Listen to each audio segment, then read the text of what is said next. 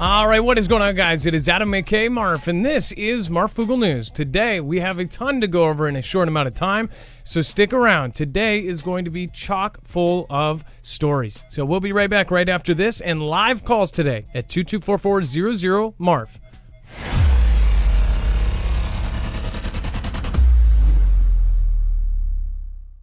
Nothing in this show should be considered legal, medical, or financial advice. The views of the callers can differ considerably and do not necessarily reflect my opinion, Dex's opinion, or anyone else who works with the show. You should always do your own research and consult with professionals. The internet is full of fake news, so please take everything with a grain of salt.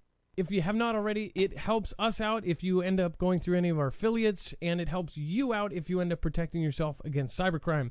Nordvpn is one of the best and one of the easiest to use. If you do not have a virtual private network, it protects your IP address, which is your online identity, which actually connects to your real address and everything else.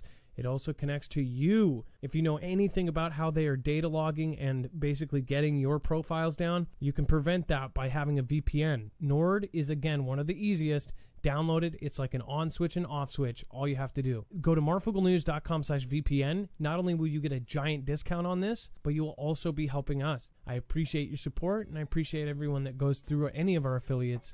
Can't say thank you enough.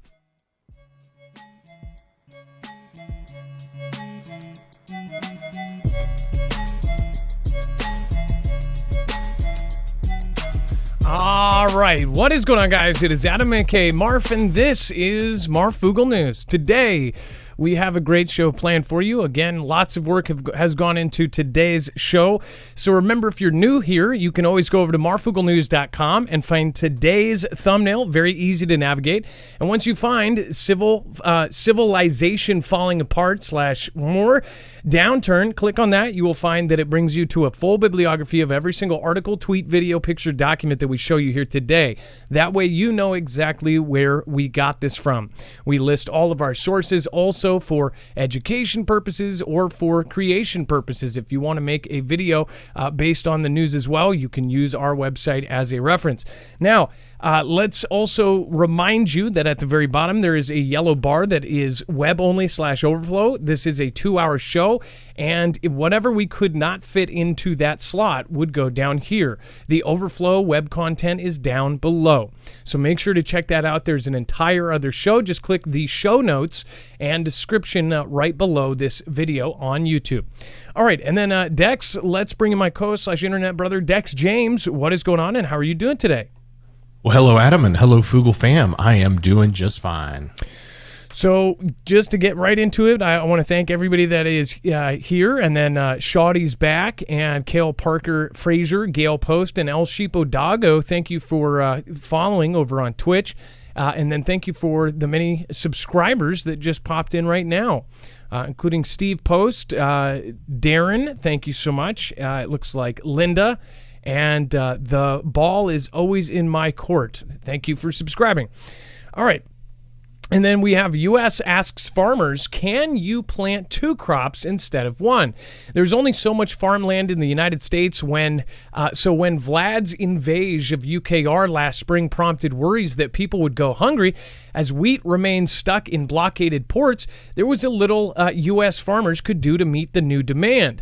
But that may be changing. Earlier this summer, the U.S. Department of Agriculture instituted new policies to encourage American farmers to begin growing 2 crops on one piece of land, one after the other, a practice known as double cropping, by changing insurance rules to lessen the risk of growing 2 crops. So essentially, they're giving them a chance to when you do this, and this is what I understand from the basics that I have been told, is that essentially when you do this, when you're doing 2 different kinds of products, it can affect the other one, and it can have a more of a chance of failing. So that is part of this whole thing, the risk. It says, USDA hopes to significantly increase the amount of wheat that U.S. farmers could grow every year, lessening the reliance on big wheat producers like UKR and Vlad's country, and eliminating bottlenecks. The idea is intriguing development from the UKR conflict that hasn't received widespread attention. As fall approaches, it's unclear how many farmers will actually try the new system, but some who already grow 2 crops say it is something that farmers should consider.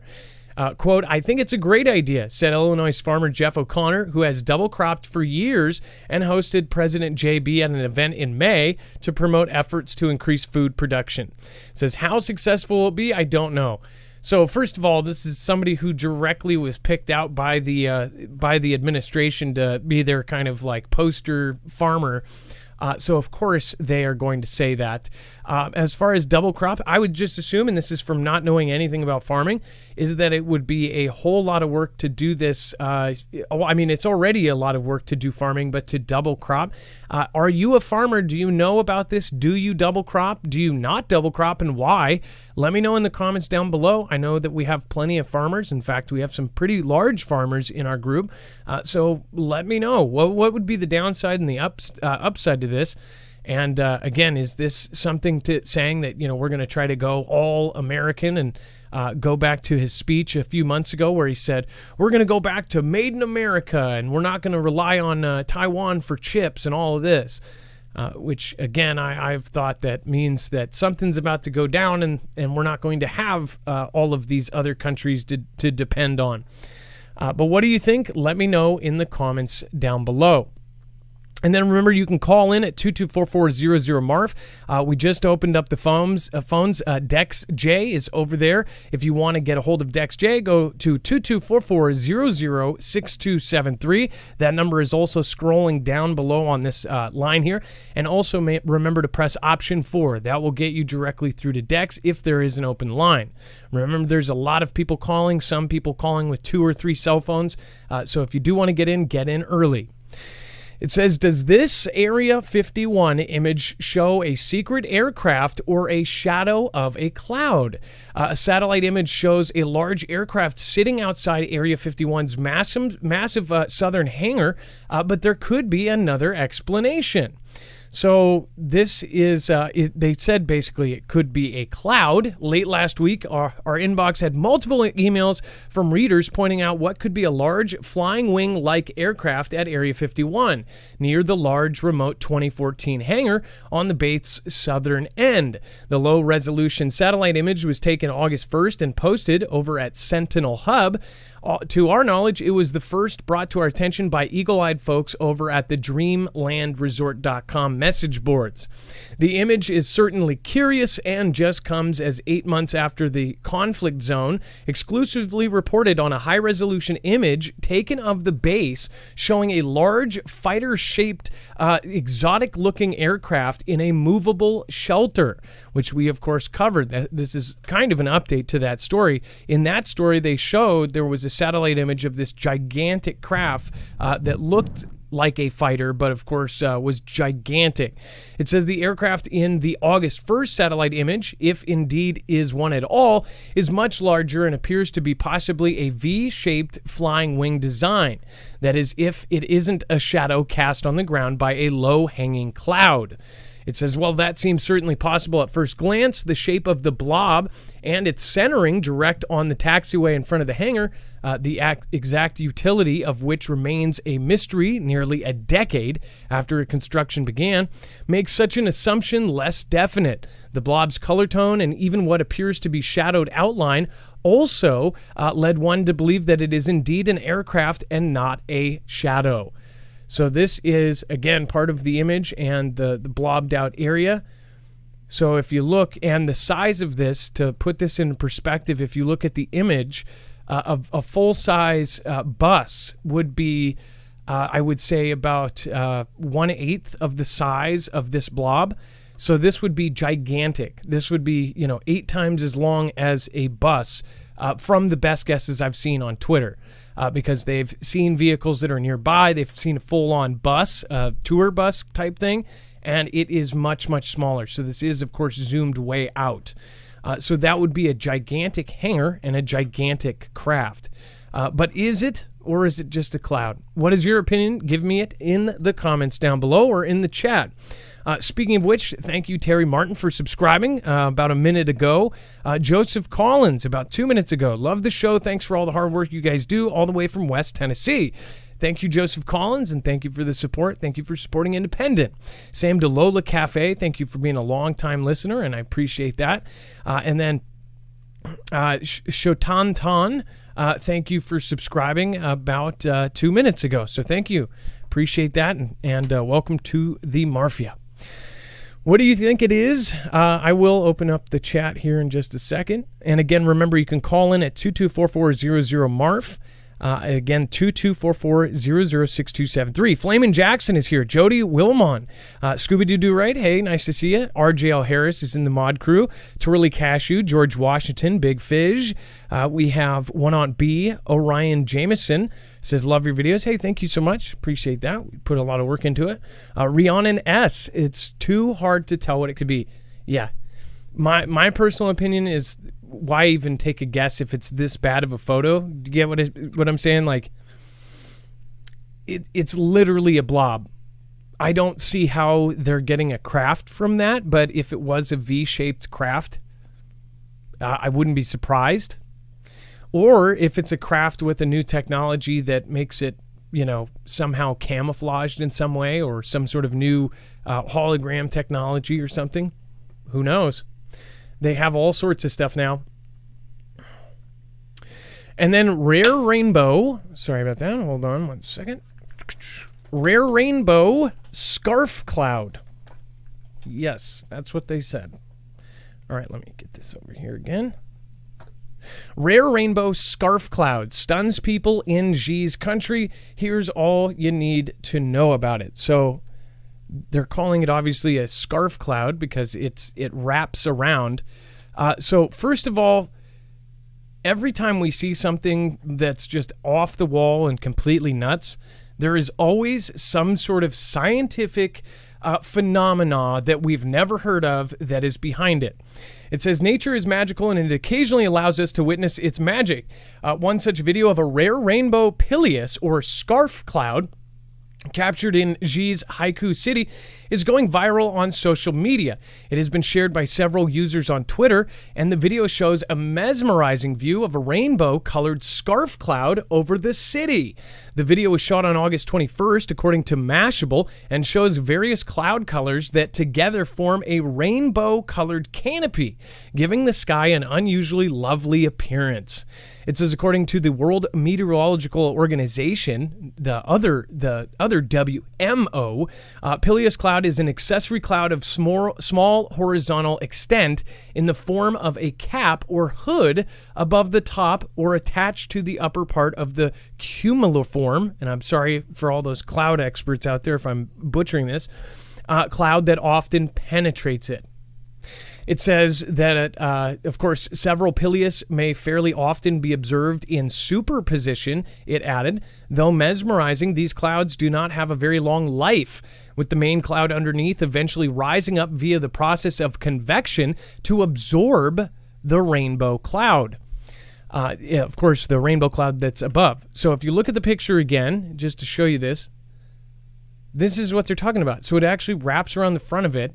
It almost looks, and I'm sure there's people out there saying that this is some sort of hidden craft that for whatever reason the light hit it right and the prism camouflage or whatever around it is now showing.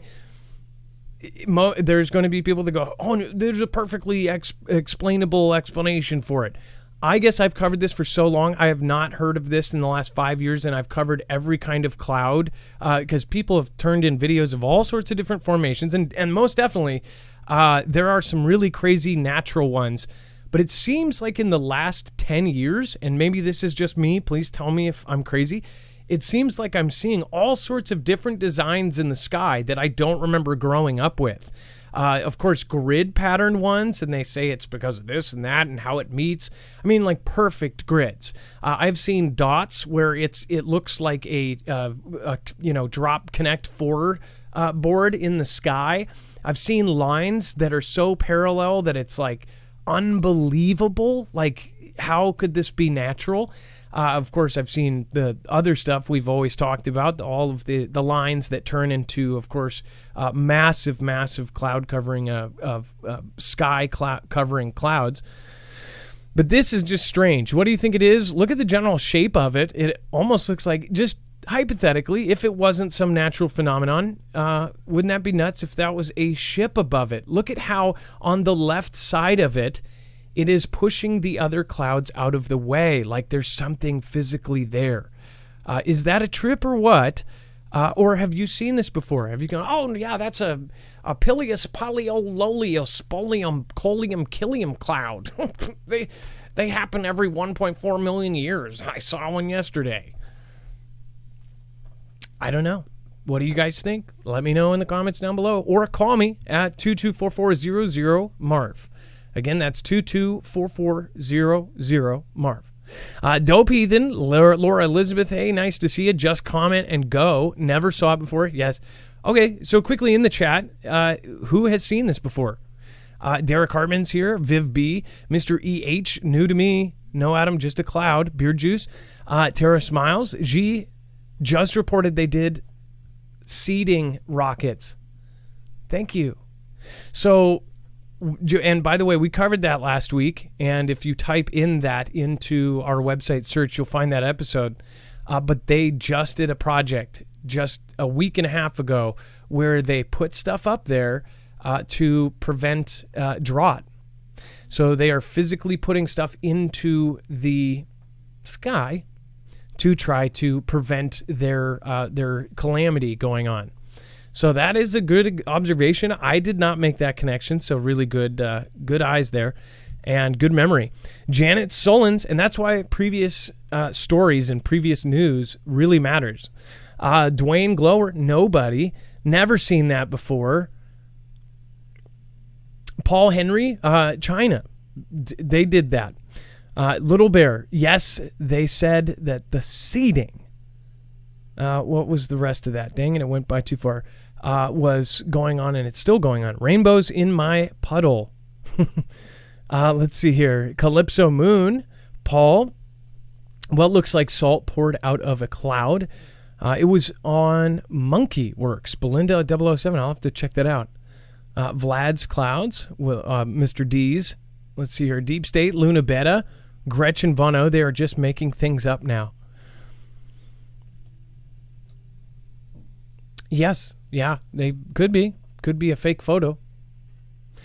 All right, and then we have Black Helicopter prompts false U.S. Embassy evacuation claims in Iraq. It says, among upheaval in Baghdad, a black Mi-8, Mi-17 on the top of a building in the green zone led to claims of the U.S. Embassy being evacuated. It says the U.S. State Department has categorically denied claims that it ordered personnel to evacuate from the U.S. Embassy in Baghdad after a serious wave of violence erupted in the capital today. Rumors of an evacuation order had begun to swirl after a video clip with a still picture showing an Mi-8, Mi-17 hip-type helicopter on top of a building, which appears to be inside the sprawling green zone, began circulating on social media. So this is the image, and I'm just saying, one thing about this actually looks like a scene out of one of the Call of Duties with some like filter added. But look at that. That is very, I'm not a geographical expert, but I would say that tower in the background is probably easily placeable. It's a very odd tower that has kind of a weird architecture there. It almost looks like one of those rides where the spinning towers that have the seats underneath, but I'm sure it's some sort of airport tower or some sort of architectural landmark of some sort. But that is right there in the background. It says a picture and a still from a video reportedly showing an Mi-8, Mi-17 helicopter on the roof of a building in the zone in capital Baghdad, which triggered claims that America's embassy there was being evacuated via Twitter. So there are a ton of people claiming that they basically evacuated, which that would mean that something is possibly going down. Now they're saying that they are false claims. Which to believe, I don't know. But if the prior was true, then we might be at the very start of something very bad. That's why I think it would matter. What do you guys think? It says, drawing comparisons to the images of the fall of Kabul last year, together with the official denial of evacuation, there are strong indications that this was an Iraqi helicopter, and it may not have been actually at the U.S. Embassy compound at all. So, They're saying that this is possibly a different kind of helicopter, that it is somewhere else. Whatever may be happening, I would say keep your eyes and ears peeled at all times. Obviously, with the other things that we have covered, the Royal Air Force just yesterday announced that they were moving all of their jets all over the country in their ACE operation, which was, what was it, like aerial something? Do you remember what ACE standard for?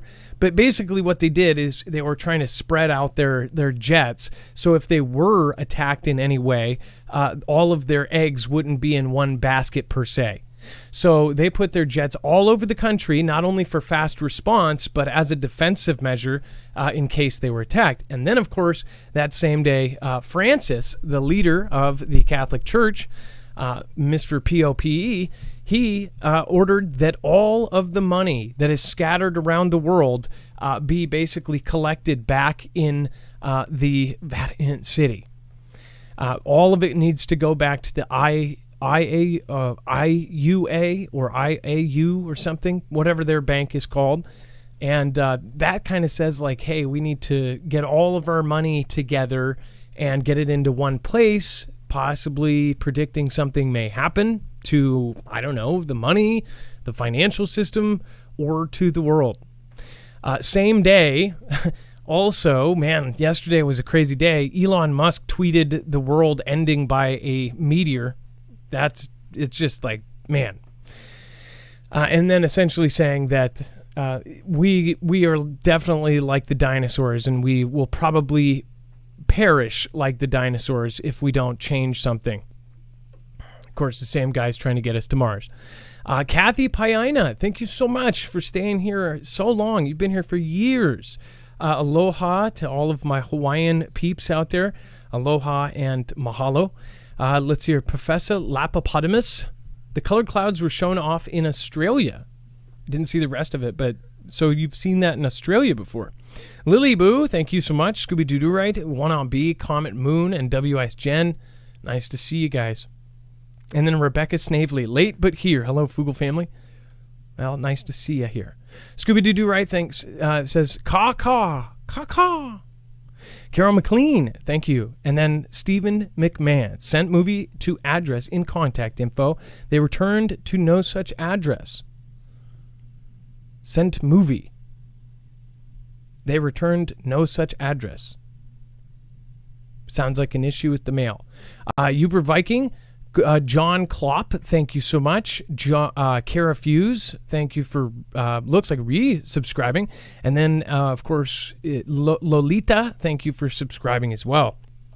All right, then the phones are open. The number is 224400-MARF. Again, that is 224400-MARF. If you would like to call in, and I'm about to pop in and see what we have here so far. All right, let's get the phone lines open and over. It looks like we have Wicked World, and we have a couple of videos with that. Wicked World is calling from Tennessee.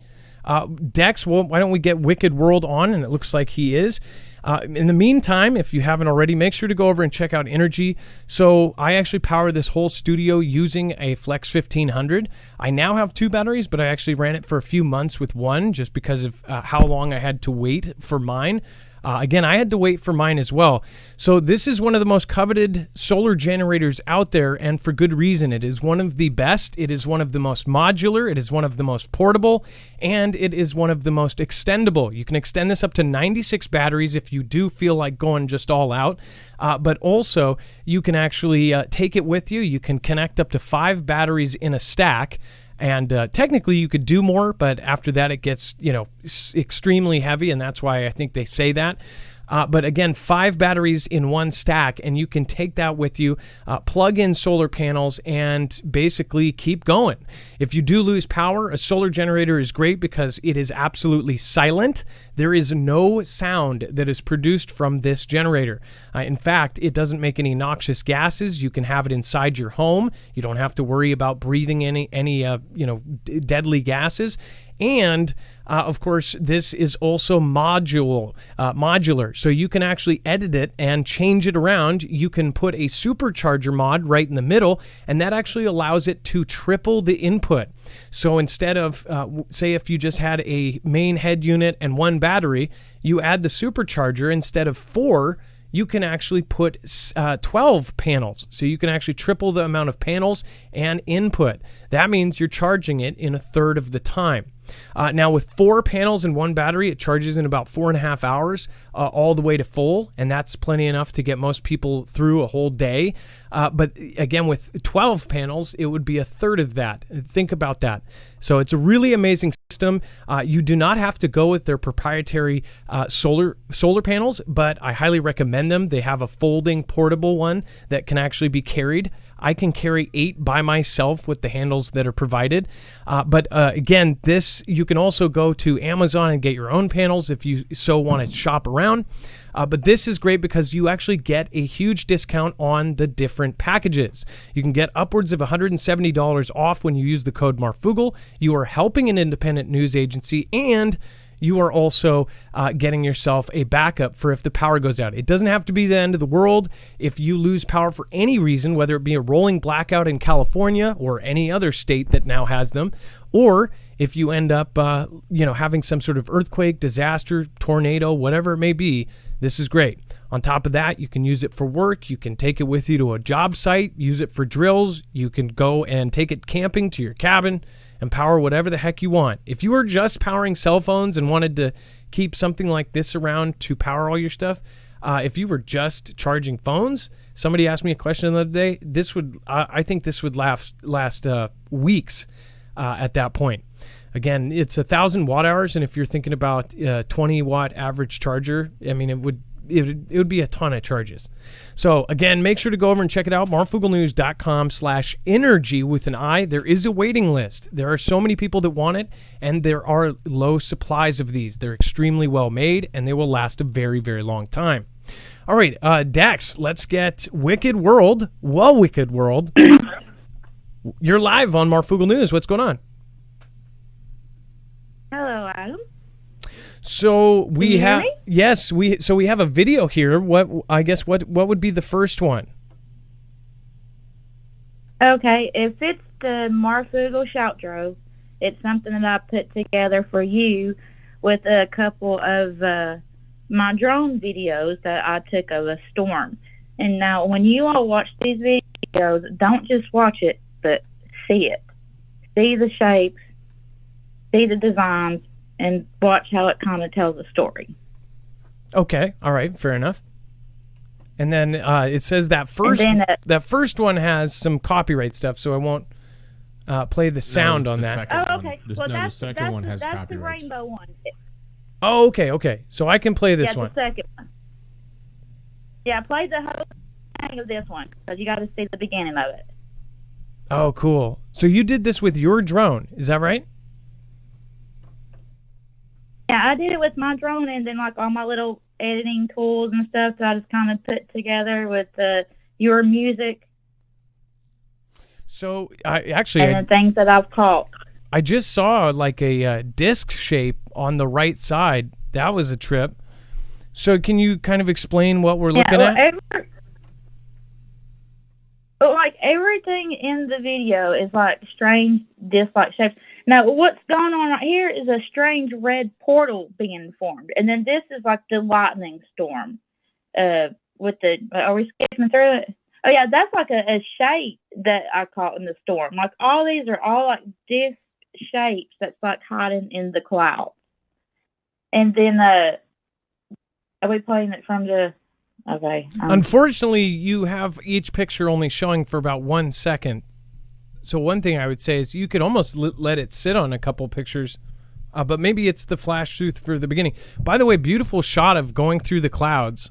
I like how you put chunks of that and then kept that going, so it's progressive as you go through. That was really pretty. Yeah. It's crazy because the shapes that's in the clouds like it's weird looking. It looks like a arc kind of, and And now when you play the second video, go to like timestamp, I think 55 of it, because it's that crazy China rainbow that we see everywhere. Well, you know, I was looking that one up and I was looking for different angles of it. And I found a couple of different views of that rainbow. And I actually clipped one thing before they took it down. Like, I caught it before they, like, it's like they don't want nobody to see that part of it. But this storm forms the scariest things. It forms a ram's head. It forms a flying dragon. And then it has, like, that UFO shape down in the bottom of it. And also in that storm, I had my drone up in the air, and then I was down on ground with my Canyon Rebel camera. This is go to like 55 because it's got copyright music in it at the beginning. Okay, I'm here. Wow. So what is this? You didn't catch this, did you? Okay, this is that rainbow. Okay, the Weather Channel, they aired this like live. It was a 24-hour live stream on the Weather Channel. And, you know, I sit here for like an hour trying to figure out where did this play at. And I finally figured out that it was a 24-hour Weather Channel stream. And when you go to this channel to look for it, they actually took it down. Like, I show that. Like, after this, I show where you can't find it.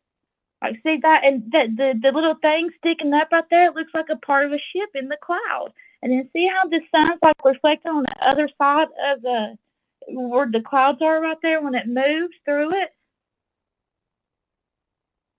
So this is actually the same thing we just talked about. So this is how I found it.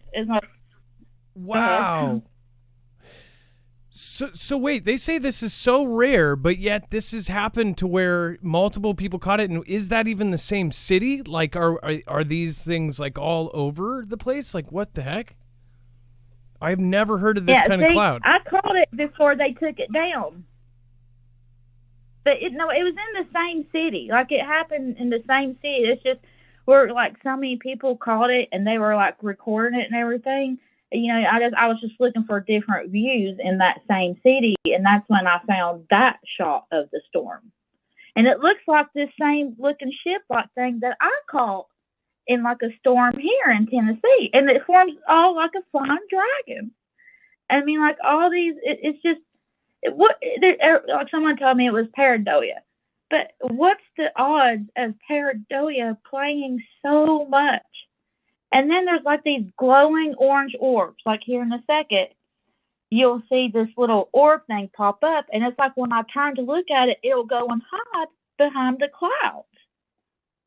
And then the storm made no rain and like no sound at all. So no thunder, no nothing. No thunder, no light. There was lightning, but there was no thunder. Yeah, no sound. Like, you can actually play the audio of this right now because all you're going to hear is crickets and some harmonica playing. You can like hear the storm. So let me play a second of this. Hold on. I'm going to have to switch over from your audio to it. Oh, okay. Looks like there is some guitar playing. Almost sounds like the beginning of Chappelle's show, to be honest. That one little riff, I saw Chappelle and the ending where Chappelle show. But now that I said that, you're probably going to catch me on that. It didn't that just sound like the Chappelle show? Just that little tiny clip it. Anyways, yeah, it was a harmonica playing. That's funny. So let's see one more time. Hold on.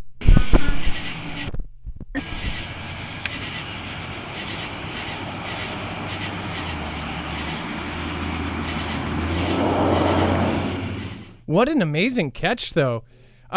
So I love that. So here we don't get that many storms.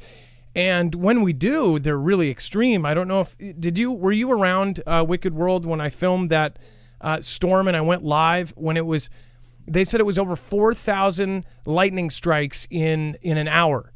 It broke all records here basically for as long as records been kept.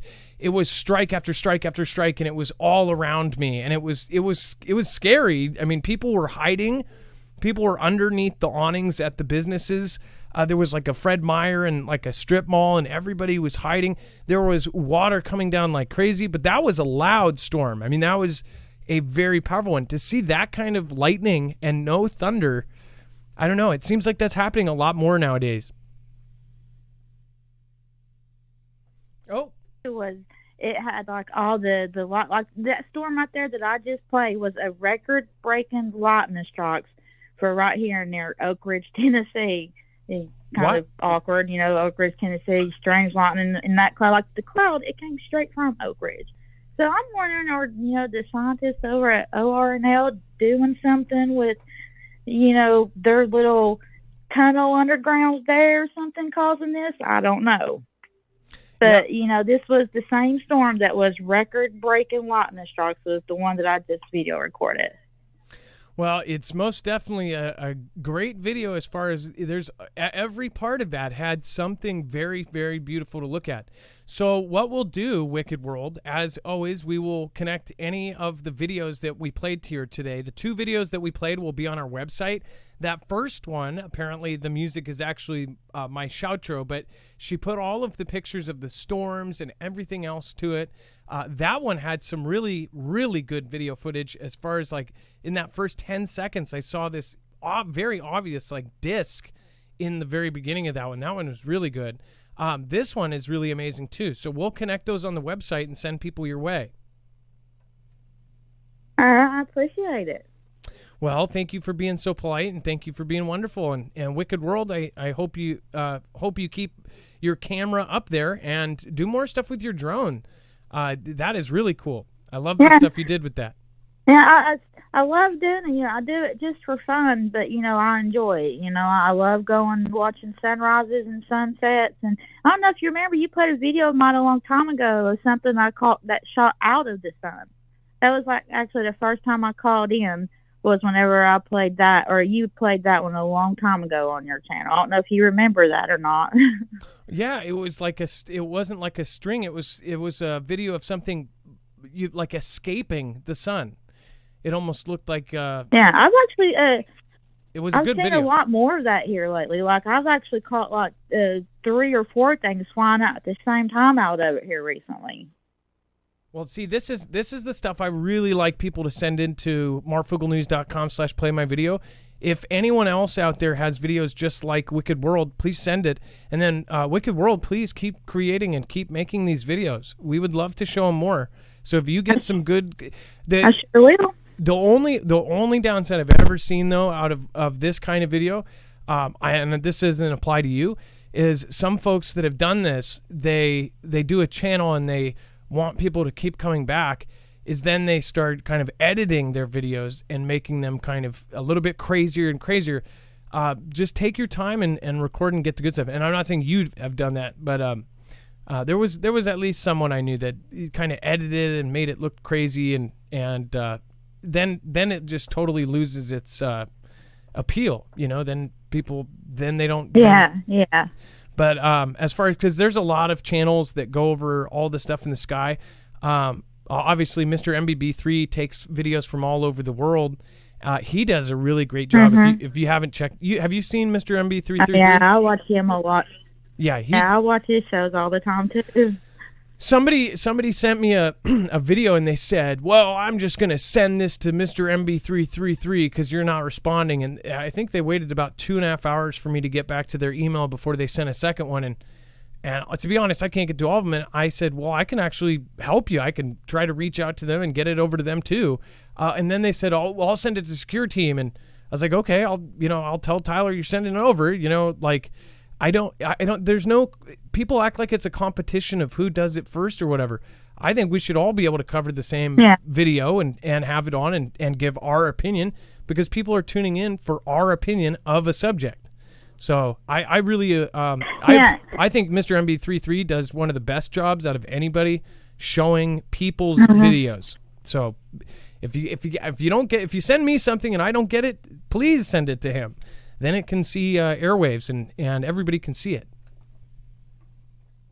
Yeah, so that's why I just want everybody to see what I'm seeing in the sky, because, there is, I mean, whether it's, it could be angels, it could be UFOs, or it could be projections being done in the sky, I mean, who knows? But there's still something going on, and I'm trying to share the truth of what I'm seeing and maybe get opinions about what I'm seeing from other people. So I don't feel like I'm going crazy by seeing the storm that's creating, evil shapes, So it's like I want opinions about what I'm seeing. Well, Wicked World, it was a pleasure to have you on today. And don't be a stranger. Please keep your camera looking up. And thank you so much for submitting these. And we appreciate you. I will. Thank you. All right. You have a great night. Wicked World. Good night, everybody. Thank you. That was Wicked World with 2 W's. If you want to pop over, their link will also be on our website, marfooglenews.com. When you go past the overflow, there's a section for callers. That caller info, that will be updated with the freshest callers and their channels. All right. Moving back into the news. And by the way, I don't think these next, let's see. Yeah. So I try, and I don't always remember, but if you are easily kind of stressed out and freaked out by some of the scarier news, we try to put some of the less scary news up in the front and then let you know. So if you are somebody who easily gets afraid or anxious or nervous, highly recommend maybe, turning off the sound or tuning out for a minute and coming back. There are some pretty serious things going on. The reason why we cover this, which I don't understand why people don't want people to cover this, or I think it's the assumption that you're covering it for a motive. This is what I follow. This is what I have done since I started this. It is what I pay attention to and what I want to pay attention to.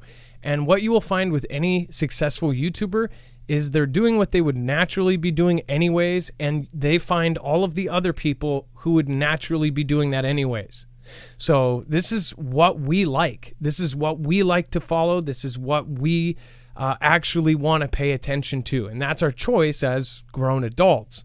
Anybody telling you not to look at it or say it's fear this, fear that, they're entitled to that. If they want to watch happy comedies every single day, that's probably a good thing. It's probably better. But it's not what you tune into my channel for. I cover this because this is what I'm concerned about, and this is what I believe is happening. I believe we are heading into a WW3. I'm not saying that to scare any of you or to get any of you to sell your house and go out and live in the woods. I'm saying that to make sure that you have my real opinion on this. For years, I was afraid to say that WW3 was coming because I didn't want people to call me that. But at some point, it doesn't matter what you say. We could cover angel stories the entire show, and people are like, you're making people afraid. It doesn't matter. At this point, people label and name you whatever they want. It doesn't matter what you do, how much good you do, how much you help people. Pretty much anybody that has criticized me publicly, I have helped. So all I'm saying is this is where it gets kind of nerve-wracking. So tune out if you are a grown adult. You can make your own decisions here. Pennsylvania, experts say prepared for infrastructure threats to prevent major damage and disruption to Pennsylvania's electric grid. Resiliency and collaboration will be key. So testified industry experts at the House Environmental Resources and Energy hearing on Tuesday centered on electromagnetic pulse attacks, EMP for short, and a threat to the electric grid. The panel discussed broad threats to the electric grid that includes weather-related events, but also threats from a hostile country or ITMs. It says an EMP attack is, of course, an intense pulse of electromagnetic energy that can be caused by solar flares, nuclear devices, or man-made pulse devices.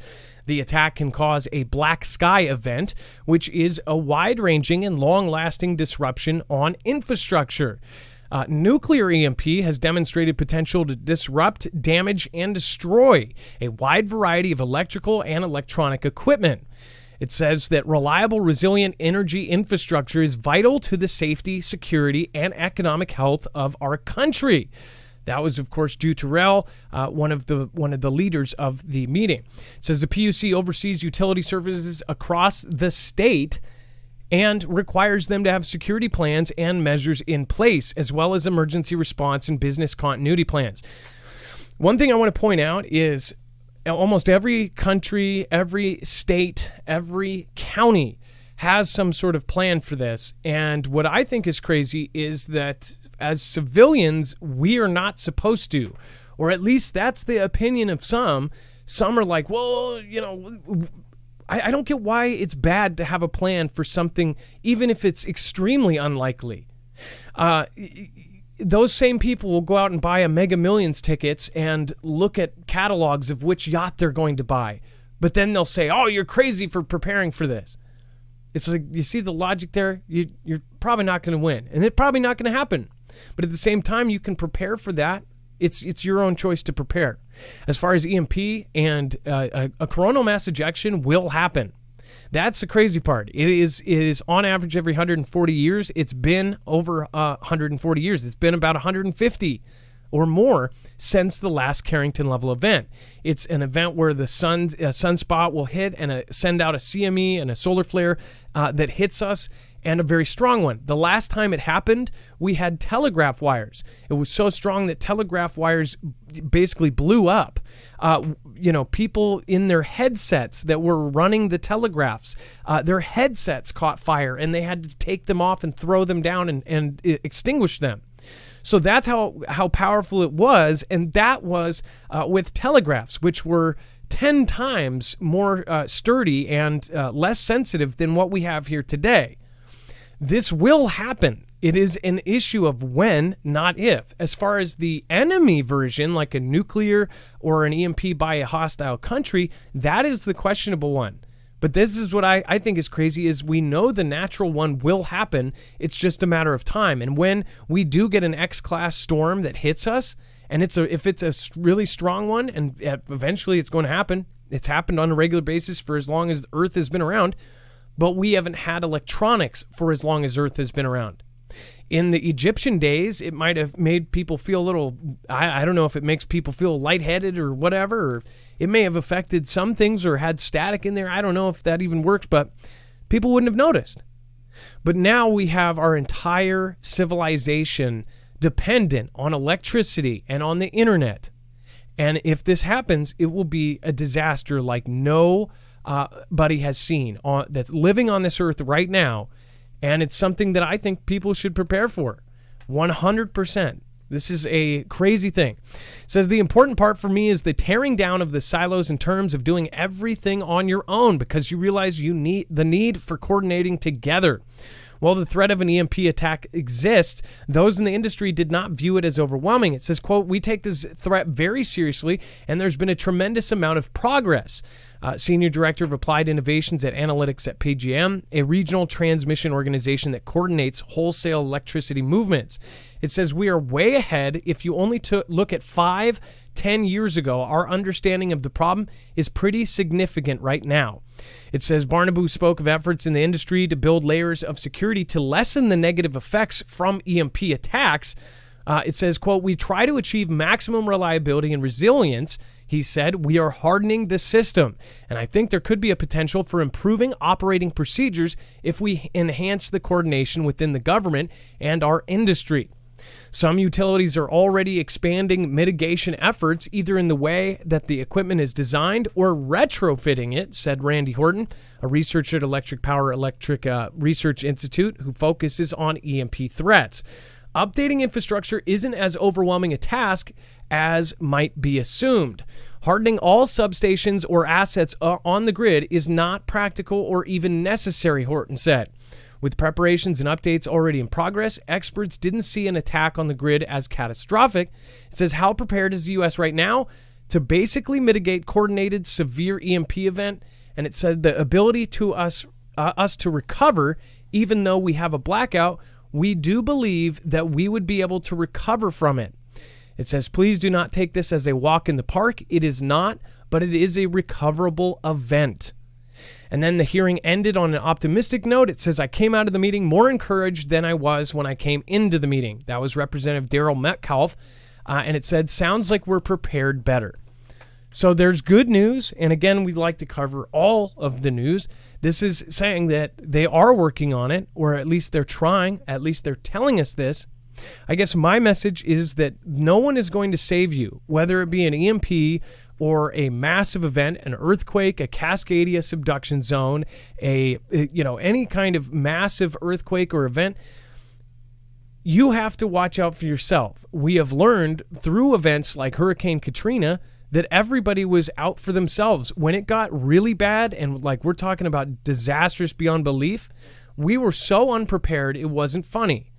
They did Marshall for the first time in a very, very long time, and that did not end well. We had Able-Bodied, one of our amazing Foogle family members, call in, and that call, if you have been along enough here, she was a nurse during Hurricane Katrina, and she told us some of the horrors of what it was like.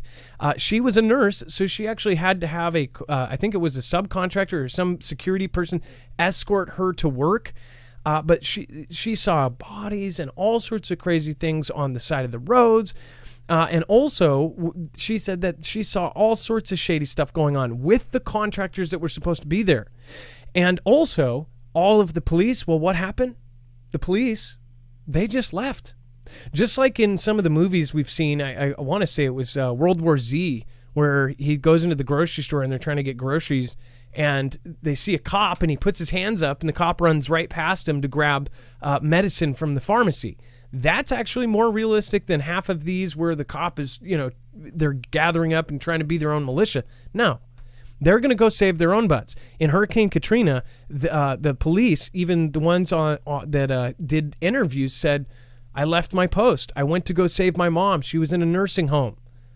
So just think about that. No one's going to come save you when these events happen. So I'd like to just point that out. There's nobody that's going to come save you, and that's what we have to pay attention to. I don't think we're ready yet, and obviously the threat of it gets higher, but also our protection gets higher. U.S. Navy halts Iranian Bow from seizing a Fifth Fleet unmanned vessel. So this is an unmanned vessel. It says the U.S. Navy halted one of Islamic Revolutionary Guard Corps Navy vessels from confiscating a Fifth Fleet unmanned surface vessel in the Arabian Gulf.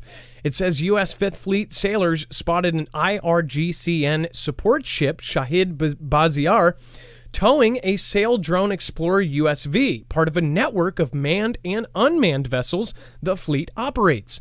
That was, of course, late August 29th, just yesterday. It says U.S. Navy patrol coastal ship Thunderbolt, along with MH-60S Seahawks from Helicopter Sea Combat Squadron 26, responded to the incident, and the vessel released the unmanned vessel and vacated the premises roughly 4 hours later on August 30th. So early this morning.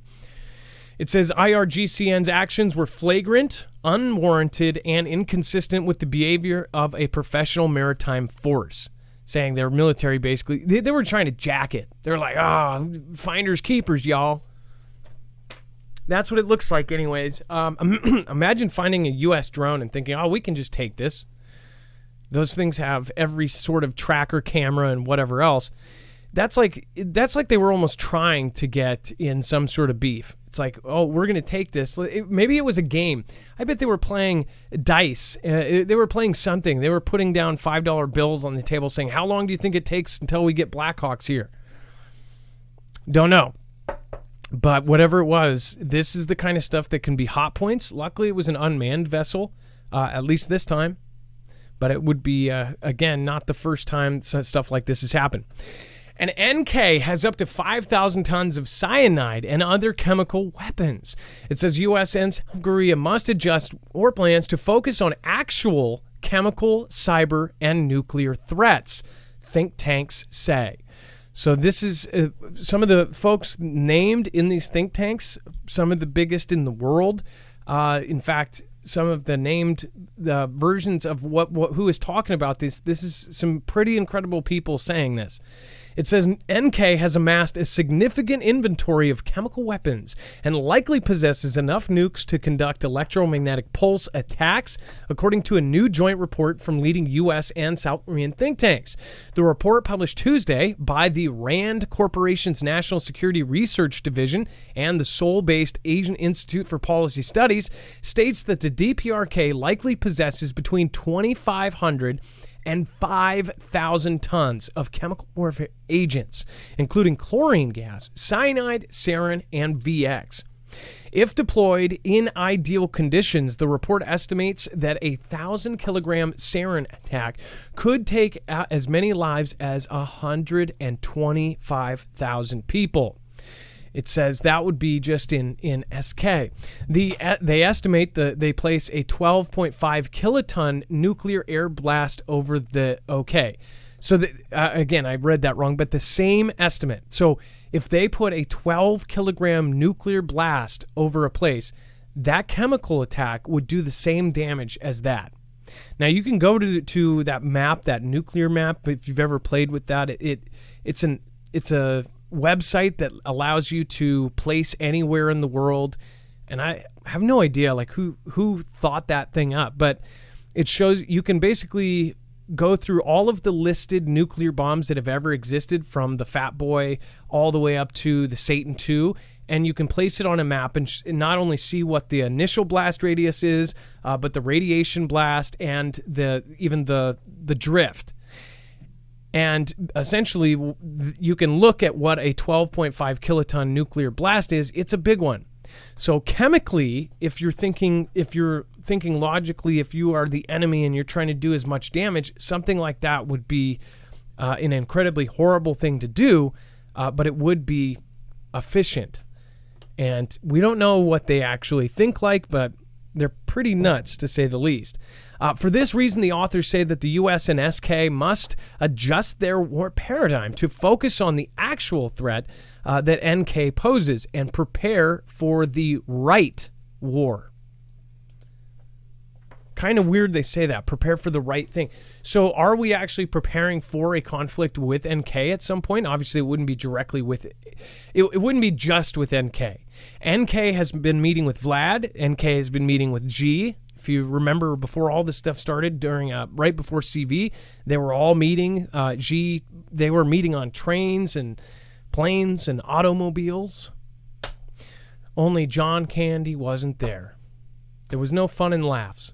The analysts also warned that NK has likely developed enough atomic weapons to conduct high-altitude EMP attacks, which use powerful electromagnetic radiation from distant nuclear reactions to fry electronics over vast areas. But they add that EMP attacks over the Korean Peninsula would likely damage devices in both Korea's and even parts of Xi's country, meaning Pyongyang may seek to develop non-nuclear means of producing EMP, or do something other than that. So as far as EMP is a huge kind of worry here, but in other places it's not, because geographically, if they do one that's big enough to damage stuff, it will also damage themselves. If they end up, knocking out a third of the power grid in Xi's country, it's not going to go over well. If they knock out their own power grid, it's not going to go over well. So there are different threats to different parts of the world. And then remember, we covered and recently passed Dr. Peter Pry, who we were going to get on our show, passed unexpectedly. And I say unexpected. They said he had cancer. I did not know about that. He must have been very private about it, or if he did talk about it, Dex, did we ever find out if Peter Pry ever talked about it, or if that was public or private knowledge that he passed away? He was the leader of the EMP task force for the United States, the Congressional Task Force, and he just recently passed away about a week ago, and they said that he lost his battle to cancer. I didn't even know he had cancer. He was one of the, obviously one of the head kind of voices on EMP. He also was somebody who was not afraid to say he thinks this is going to happen, and he thinks that people need to prepare for it. And he spoke out, and people did not like that he did. Dex, did we find out if there was anything that came out after his death? There was very little coverage of it at all, considering how big of a name he was in that field. It was very strange. And it looks like, okay, that's okay. So Dex said that he is getting the caller on, so we'll go back to him. We'll go back to you. In fact, if we want to get our next caller on, it looks like we have. Okay, it looks like we are going to be getting in that Gen X dude. That Gen X dude is on deck. So what we do, I want to remind everybody, if you haven't already, for all of the different things that we have talked about, we usually give you a solution. If you haven't checked out EMP Shield, this is what we recommend. Going over to marfooglenews.com/EMP. You can get a device that goes in your car, on your boat, on your motorcycle, in your RV, even on your ham radio, on your generators, and in your home. EMP Shield makes a device for almost everything you can imagine that you want to keep running after an EMP. If you go through this is a good way to protect yourself against any of the large threats, EMP and CME, and at the same time, you're not only going to get a discount, but you're also going to be helping our independent channel. So thank you so much for going through us. But if not, there are other creators as well that you can go through. Again, anyone that does this, I would just highly recommend going through EMP Shield itself. This is the same company that has worked with agencies like DOD, DHS, and of course they're on the DEMSO team. They were also one of the main key names in the DHS, Department of Homeland Security EMP Resilience Report in 2018. That same report said that we need to have 6 months to a year of water and food, just in case of something like this happening. Obviously, with the world where it's gone since 2018, most people are understanding why they should be protected. If you protect yourself, you won't be so reliant on other people, and you'll probably sleep a little better. That's marfooglenews.com/EMP. All right, let's get that Gen X dude on. That Gen X dude, you are live. How you doing, Adam? Hey, so what's going on? So you have some new videos out, and you're calling from West Virginia. Nice to talk to you again. Yes, sir. The Panhandle of West Virginia. Don't get it twisted. I ain't in the southern part now. No. How you guys doing? I see you in chat too. I got you on TV, so let it fly. That's it. Yeah. You're calling out all the Virginians. Okay. So, that's right. I could only lurk for so long, man. So what's going on with this? So you want to explain what I just what called this shared? like 6 hours ago, man. What was that? The link that Dex has got for you. I called that like 6 hours ago, and I just remembered. I'm like in overload watching the chat and seeing what people are saying and everything else. But then I got back on track. But all the animals are acting strange, man. They're all flying inland. They're literally birds flying into buildings and around buildings in the G country right now. No joke. So, and by the way, last time that happened, there was a 7.1 magnitude earthquake. Okay, so, and by the way, the video shows a ton of birds on the ground, and I'm not playing. There's some copyrighted stuff in here, but essentially there's been... Yeah, I'm going to find something that's not copyrighted and post it up on your site. Look at you this. You know how I do with the email and stuff. So. Well, that's okay. We can connect people over to you.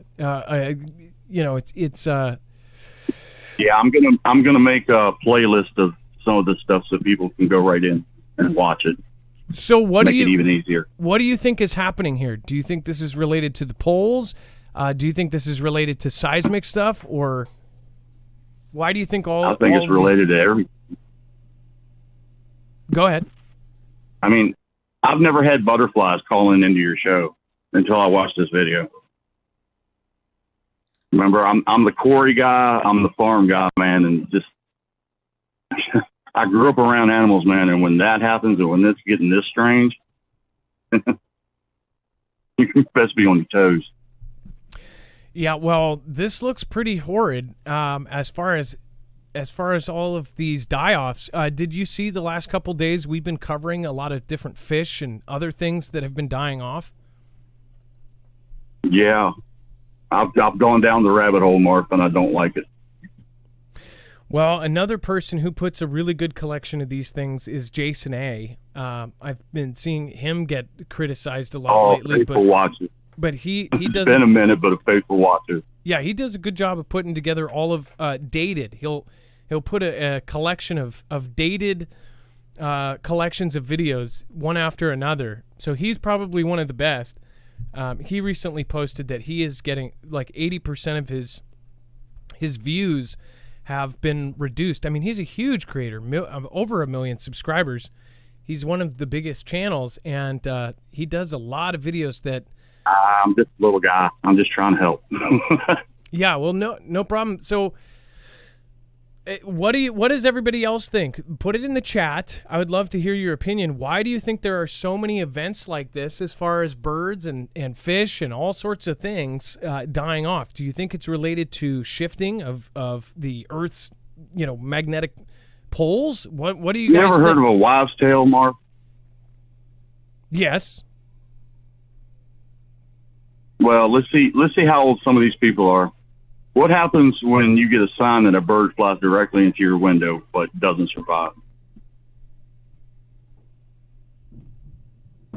That's a sign. Well, you mean like it's bad luck? Yeah, death. I come from a Southern Baptist family. I got an open mind, man. Seriously. Well, I most definitely think that something's going on. Speaking of hole. Yes, literally down the rabbit hole. Just look around, people. Even food tastes different, for Christ's sake. I can't do it no more, man. I can't keep my mouth shut. So you don't have to believe me. You can go down your own hole. Trust me. Well, there's plenty there. So do you know, they said that this was, when did this happen? Did you gather that from this video? Was this yesterday? Yeah, there is the narrator, and it did time date stamp it. All right. I'm not sure if it was today or yesterday or last week. Well, we'll link this video so everybody can go over and watch it. But from the time that the last event happened, when the animals did this, the quake struck within 23 days. So you think that after this will be a seismic event? I sure hope not, but I mean, we're kind of we haven't had a ton. It seems like they happen in batches. Have you guys noticed that? Where it happens and there'll be one after another, after another, after another, after another. It's pretty insane when it does happen. I love you, chat, but I'm from Virginia. Don't get it twisted. Oh, you're not. Go down your own hole, people. Make your own decisions. I'm telling you, everything is intertwined. Like I've always said in chat, as long as I've watched this show, it's all intertwined. Okay. Take the Bible and cross-reference it with something. It'll blow your mind. Just try it one time. Yes. See what happens. And by the way, I that was my fault. I said West Virginia. I sorry about that. No, that's okay. That's okay. It's just the voice, I think. Well, that Gen X dude. Oh, what Southern Baptist mean? Oh, you don't even. That's another hole. Good Lord, don't even go there. All right. Well, that Gen X dude, we're out of time, and we do have one more caller right behind you. But I do appreciate you calling in. All right, man. Thank you so much for calling in. And again, it's always a pleasure to have you on. And great video. Thank you. Man. Thank you for sharing that with us, and we will make sure to share it with the rest of the Foogle fam. And we'll see you back in the chat. All right. Thank you so much. Love you, Marfia. All right. We love you too. All right. Bye-bye. That is that Gen X dude, and we will make sure to connect both his info and, of course, the video, I believe, from Unexplained Mysteries. So make sure to go over and watch that and support whatever creator did that. Again, we wanted to respect that creator as well. Let's see here. So going back into it, Taiwan fires warning shots at a Xi drone. We just covered yesterday that they said that they would do this. Now they have actually done it, but they didn't hit it. They did warning shots. Dex, do you want to pop in here? I know that we were talking about this before the show. If you're not, I know that you're trying to screen the third caller there. Hey, Adam. So we just covered Yeah. this, and now they've already sent some They've already done it. shots over the bow. Yeah, exactly. So we said yesterday that they were warning they were going to do it, and they were specifically, going after the drones, and now they've fired the warning shots. So, it's a big step. We've watched these steps progress on both sides between Xi's country and Taiwan over the last, few months. They seem to be getting more and more aggressive.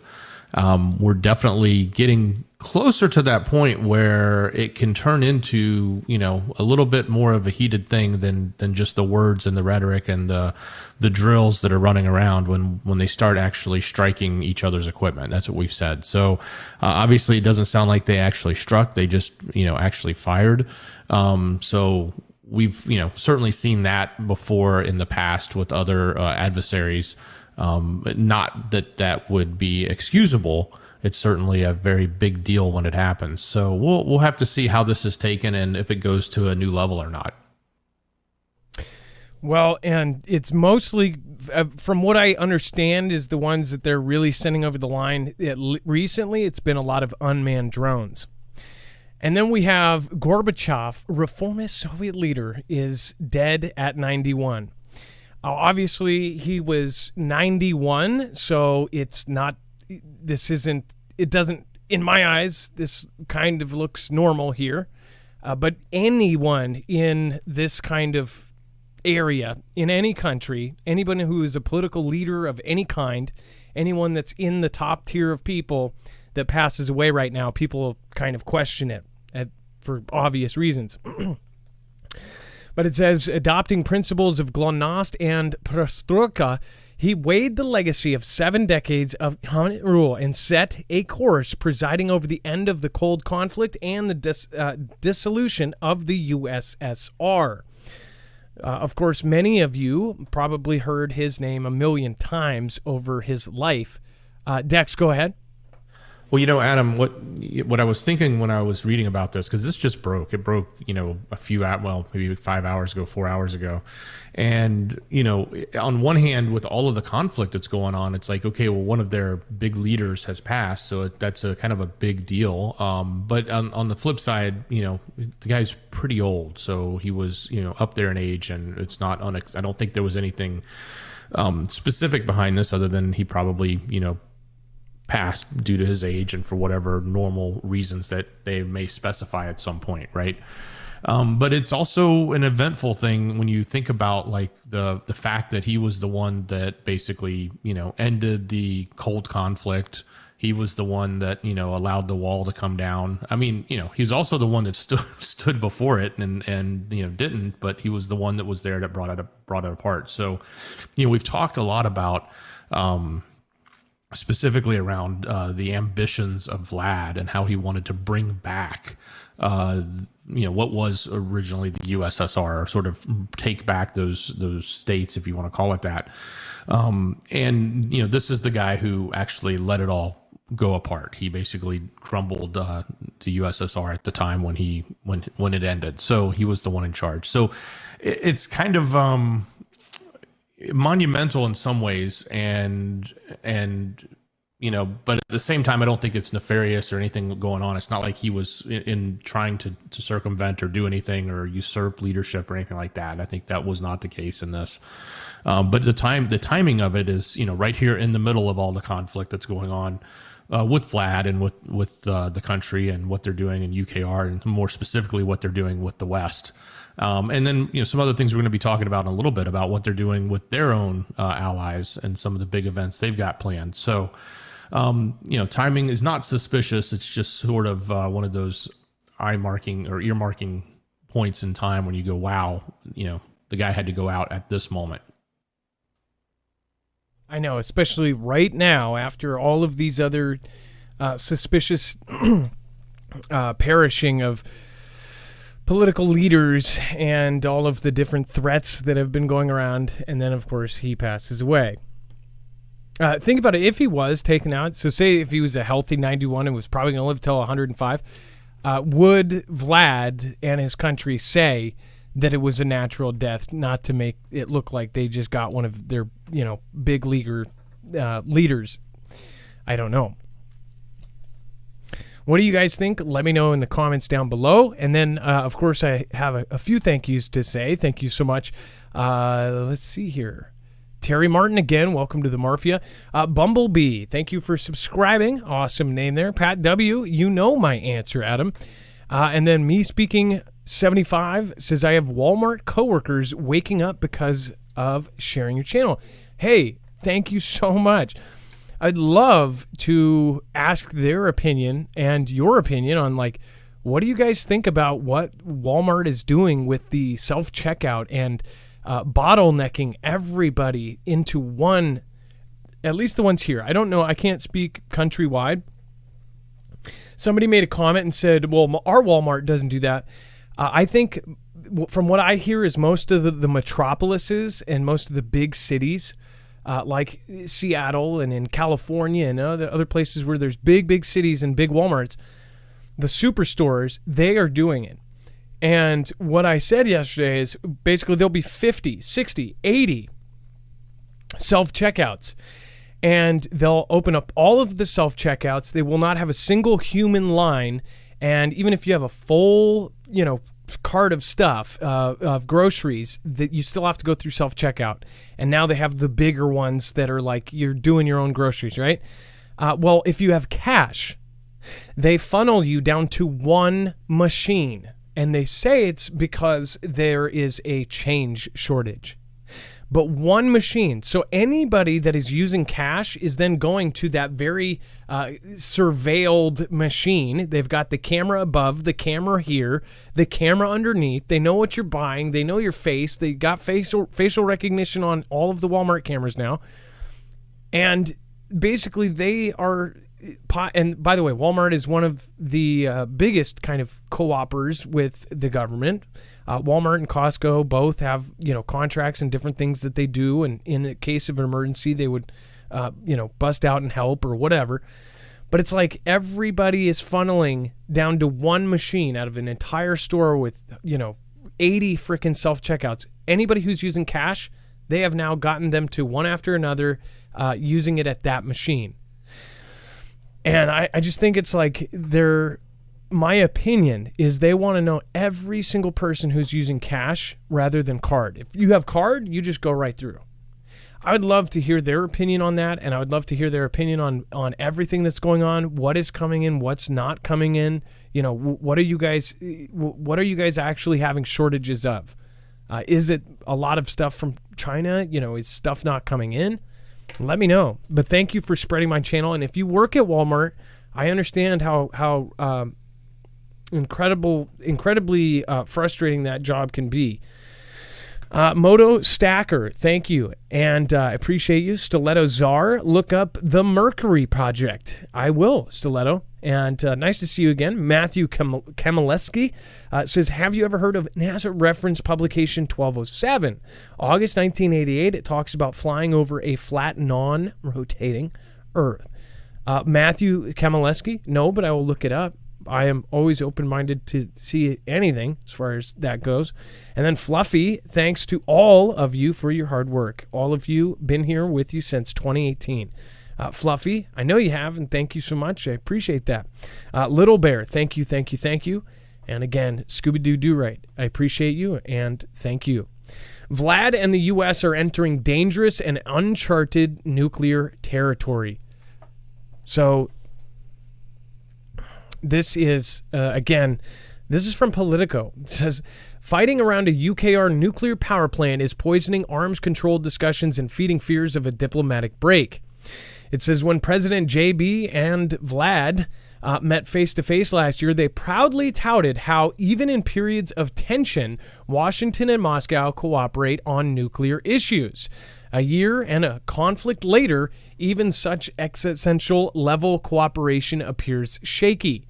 It says, most urgently, ongoing fighting around a UKR nuclear power plant, Zaporizhia, captured by Vlad forces, has injected fresh uncertainty into a U.S.-Vladian nuclear relationship that is already reeling from Vlad's invasion of UKR and the subsequent U.S. and European sanctions on Moscow. It says, but the invasion and its fallout have affected an array of other nuclear-related issues, from the nuclear talks to recent international discussions about the Nuclear Non-Proliferation Treaty, a bedrock pact. Vlad and the U.S. also have been tangling over inspections of each side's nuclear weapons facilities allowed by the New START Treaty. There are fears that New START, the last arms control treaty between the two countries, will not get renewed or replaced if tensions between the nuclear powers worsen. So that is one of the last kind of, pact between us. And if that does go, I wonder what that would look like. What do you guys think that would look like? Would it just be a lot of stuff done in secrecy? We just would know less? Would that make it, 10 times worse?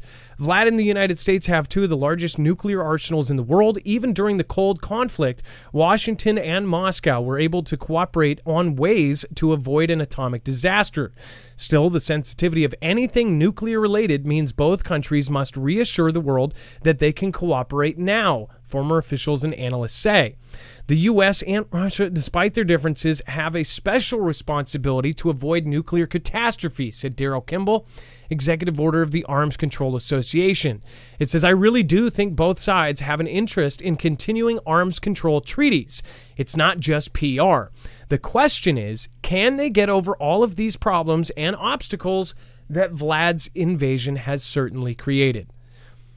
So, and another thing about this too, just my personal opinion, I think that it would not go nuclear until way after a conventional conflict. Everybody thinks of WW3 as the end of the world. I don't. I think it would be a lot of drones fighting drones and other things. Dex, do you want to weigh in? Well, it's interesting because they talk about this cooperation, and it's, profound when you look back at when they met over a year ago. But all we've heard for the last 2 months, 3 months really, is, nuke this and threat that from Vlad and his mouthpieces, right? That they keep bringing it up. So when you do that, that doesn't actually, bode towards, talking about non-proliferation and non-use and making sure that we stay conventional. And I understand why they're doing it. They're doing it because they're in the middle of a conflict and they're trying to, say the things that they need to say to at least get the, the Ganda out there or get the position out there that they want to draw a line and say, hey, we're going to hold to this. And if you do that, we're going to do this. Right. But it just doesn't seem to uphold the mission that they had, which then sort of calls into question all of it, right? Was it just a show back in a year ago, or is it just a show now, right? Like what's real and what's not is what I ask. I agree with you, and we don't know what to believe, as at least here in the U.S., and I can possibly speak for most of the world. Most of us don't believe the media anymore, and we don't believe journalists. There's no journalistic integrity anymore. You have almost every journalistic, agency that has been in some sort of ordeal where it's covered something, and you find out that. Just to give you a quick example, what was it? The Weather Channel or CNN or whichever one. Showed a huge storm and the person's acting like they're in torrential winds, and then two people walk by casually, or the woman in the kayak saying it's so horrible, everywhere's flooded, and two people, ankle high just walk right by. Like that kind of stuff has just ruined it for everybody. It's like, what is real? What's not? What is on a stage? What is not? What is being trickled down from the very top to further some sort of different agenda? We don't know. And it's really getting scary with how it is. There's obviously the thought in the back of our head, what if some of this is real? And it sounds crazy saying that. Normal people are like, what do you mean it's some of it? That's how most of us are thinking right now. We don't know what to believe. That's why preppers are just prepping in general, because at this point, it's kind of like you feel better about a lot of this if you get prepared. What do you guys think? Let me know in the chat. I'd love to hear your thoughts on this. Does Zaporizhia actually... I know it doesn't concern most people in America, and that's kind of sad. If it did, if it's true that something happens really bad there, it would, all of Europe, would possibly be affected. We're talking about Chernobyl times 1,000. And let's see here. Sheepdog 111. Let's see here. We'll know our disinformation program is complete when everything the American public believes is false. Yeah, lost all faith in Gov and society, says Robert. Yeah, it's pretty hard not to. Huru TV, Hipsy Gypsy, a.k.a. Jay Frazier. What's going on?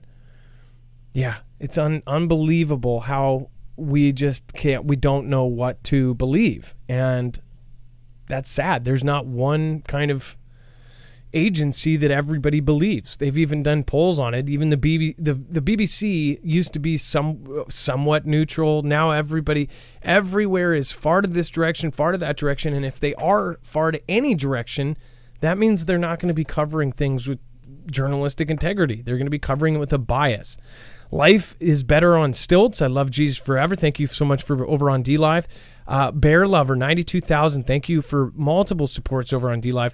Scooby Doo Do Right. J Girl, that's me. Love you, Marf, Dex, and Mods. Thank you. We love you too. Vol 1-1. Much love, Marf and Foogle fam. God bless you all. Nice to see you again, Vol. Chewy Weather SG83. Kimbria. Nice to see you. Chance Paladin. Sissy Jean. Nice to see you as well. Thank you.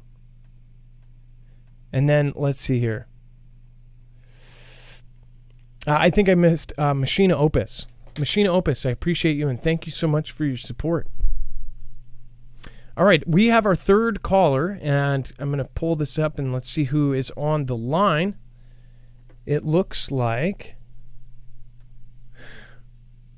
Okay, so it looks like they are having technical issues. Okay, that's okay. Well, if we can't get them back on, we will try to get them on next show. That's too bad. Their computer died or something dropped. So, Dex, in a second, do you want to go over Vlad to hold sweeping joint war games with G? This is pretty expected. Yeah, absolutely. So, we've talked about these different drills that are going on. And again, this is a big one between our adversaries and their allies, as they would call themselves. But this is, Vlad came out and said Monday that they're going to launch sweeping military drills in the country's east that will involve forces from G. A show of increasingly close defense ties between Moscow and Beijing amid the tensions, obviously, that are now going on in UKR. So it's kind of a big deal that this is happening. So the Vlad Defense Ministry said that the Vostok 2022 East, so this is the Eastern one, is going to be held September 1st, which is starting in another 2 days in various locations on the Far East and the Sea of Japan. So... it's going to involve 50,000 troops, 5,000 weapon units, and including 140 aircraft and 60 warships. So that's kind of a big deal. And given that it's on the eastern side, it is, and given that it's near the Sea of Japan, given that all these ships are going to be involved, given the fact that there's this ongoing tension between Xi and Taiwan, which is just below there, I'm not saying that this is going to necessarily be the the start of anything, but it certainly is one of those points that you've got to say, hey, if all of this equipment is going to be moved into that place, does this give it the cover to move it there, right? So something to think about, something to definitely keep in the back of your mind and go, if they were going to move a bunch of equipment into a location, what would they say and why would they say they're doing it if they didn't want to cause alarm? So exactly my thoughts. Here is the thought that most of us always think when we see these drills or exercises. Drills and exercises are also a good way to move troops into position. We have had many times in history, all countries have used a drill or an exercise to move without alarm, without causing a huge ruckus, and without an obvious defense. If they just say, hey, we're about to go to conflict with this person, then the other side is going to go put troops there. I bet just because of this defense, we are going to cover something that says that we are going to be deploying some of our troops and some of our Navy out to where this is going on. I believe, I can't remember what fleet it is. It's not whatever fleet is based in Japan. If somebody wants to drop that in chat, I believe that fleet or that group, I bet they're going to be on high alert. I bet they are going to be out there. The other thing is, like Dex said, since this is in the Japan area, I am watching Japan. I was told by multiple military members, retired and active, that they are watching Japan very closely. Japan, of course, had their former prime minister taken out by a homemade bang, and he was the one who was pushing very hard for them not only to be a self-defensive country, but for them to change and amend their constitution so they could go to conflict without being attacked. There's all sorts of things going on there. I said watch Japan, and then boom, Abe was taken out. That now the party has went through. It looks like they are going to be amending it. I'm watching it very closely. As far as this goes, you have a reason for Xi to move in troops and Navy and everything else, and it makes me think of the pieces that Xi has been putting out in their newspapers. They're telling their entire country that CV and everything else was not only made by the U.S., but it's our fault that we basically attacked them. This is generally what the country thinks, or at least the ones that are loyal to the CP. They have read in all of their Ganda papers that not only are we the enemy, that they need to wipe us from their culture. They have already done many steps as far as their entertainment. The Xi and their government does not want people idolizing anyone besides the government. This is all happening if you go back to August 29th, which is crazy. This is exactly a year ago, basically a year and a day ago. It was August 29th, I believe, when they put out that piece. A year later, look at where we are. And then they put out a piece that essentially told everybody. It was put out in the People's Daily. It was put out in Shenzhen News. It was put in, and it was an op-ed that essentially said that they need to get ready for war, that we did this, and it virtually said that the reason why your kids and everybody else is on lockdown is because of these people. Those people was us. So fast forward, now they're doing these drills. They're doing this stuff with Taiwan. Our president is saying, we're going to go back to Made in America. Now Xi has shut down all. By the way, right before this drill and exercises, Xi has shut down all of their, a bunch of their electronics factories and different things. They've shut down a ton of their factories, they say, because of saving electricity, doing this, because of flooding, because of this. And then they just closed down their electronics market, one of the big hubs in Shenzhen. And now nothing is leaving from Shenzhen because they said that they are, the zero outbreak policy or whatever, because of the civ. I don't exactly buy it. That's just my opinion. What do you guys think? Do you think that something else is going on here? My opinion is yes. I'm not trying to get you guys to think the same. I would hope you use your best kind of discernment here and look at this for yourself. Look at all of the things that are getting put together. This is what's being wrote down in history. Vostok, I have had a bad feeling about all of these Vostoks. Vostok East and Vostok West, they're different groupings. And this East one having all of these G troops involved. This starts September 1st in 2 days. Tomorrow's the 31st. 2 days. Pay attention, people. And UKR is using fake rocket launchers made of wood to get Vlad to waste its missiles on useless targets. Kind of like what we already covered Vlad doing. Vlad had inflatables. In fact, other countries did too, I believe. Once we covered that, we found out G has them. We have them as well. Yeah, I'm surprised they're wasting their time with wood when they could just blow up some balloons, right? Because they're out there, and I'm surprised we haven't given them some as well, because it's probably relatively easy to make and cost effective. But this tactic that they're using is one that we've covered before. We've seen Vlad do it, especially with inflatables, and I'm not talking like one or two. They would put up an entire, what would look like an entire line of equipment, and it's really just inflatables. So from the sky, from a distance, from anywhere else, and they would even put the enough tracking information in them so that they would give the signal response as if they were that actual equipment, even though they weren't. So yeah, and in this case, UKR is doing this, and they're creating them out of wood, but they're doing it to get Vlad to fire missiles at them and waste their ammo. And that is also one of the things that's been coming out, is that they are running potentially low, or they have been wasting a significant amount of their ammo, and probably it's things like this that are causing them to do it. So it's a normal tactic. We've reported it numerous times, but it's also kind of humorous in some regards when you think about people thinking that they're attacking something that's really just made out of wood or made out of an inflatable canvas. Yeah, the Vlad ones that they put up a year before they did the invasion, they had these balloons that looked like jets. You can look them up on DuckDuckGo. They are full size. So imagine, SU jet or whatever, SU, whatever they call theirs, SU-08 or whatever they call them. But it is inflated. And you go, well, they might look like that, but it doesn't show up. They would actually put something that would ping. And if a plane went over, it would look like a metal object, or it would look like this object, or it would ping like a plane.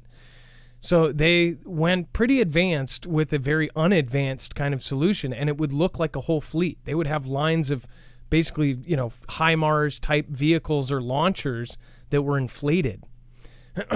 It was a way that, one, you didn't know where the real troops were, and you could basically draw fire with these decoys when something really went down. And they're doing the same. They're kind of taking a note from Vlad, so no surprise there. One subject that is very, very crazy to think about, so hence the thumb today. Our former prez came out on his social media, the Truth Social, and can we just show the piece there, the what do you call it? I'll just go to the web only and pull it up. Yeah, it's on there. So basically calling to redo what we did before, where we dropped everything in the box and picked who was prez, saying to either redo it or to reinstate him immediately. Many people are on Twitter and other social media, and who knows how many are bots of those, saying that this is like calling for a civil conflict. And when you kind of see what's going on, it's kind of like, whoa, this could really get crazy fast if it's the way that they put it there. Now let's see. And other politicians have made statements similar to it as well, saying that if things happen, that they would expect people to do that. And so, yeah, there's a lot of heat going right now around these topics. The other one is that the Google App Store, or Google Play Store, I guess is the name of it, has taken that his network app off, so you can't get it there now. That's so crazy. Wow. They took it off of the Play Store. When did this happen? I guess it was today. There's something, there's a debate going on as to why, the OOG is saying one thing and the app is saying a different thing. And of course they're going to point fingers and say why, but yeah, it was taken down for, violation or for some sort of clause that the OOG is saying that they weren't meeting. And so, yeah. And they're saying folks on the right side are distancing themselves from him. From what I see, it's quite the opposite. But I do know there's a few that are. But holy moly, this has definitely caused a big stir. This is also why preppers and anybody that's prepper-minded pays attention to a lot of this. Everybody is obviously just looking at this and saying, hey, this very well could go extremely sideways, extremely quick. And some are even happy about it. So whatever is going on right now, obviously there's a ton of world events that people should be paying attention to. Obviously, if you choose to kind of divert your attention to fun stuff and happy stuff, that's your choice, and that's okay. I don't look down on anybody that does not want to know about all this stuff, but man, there is a lot of potential things that could go wrong right now. And it's just looking at the potentials and seeing what, I think everybody should have hope.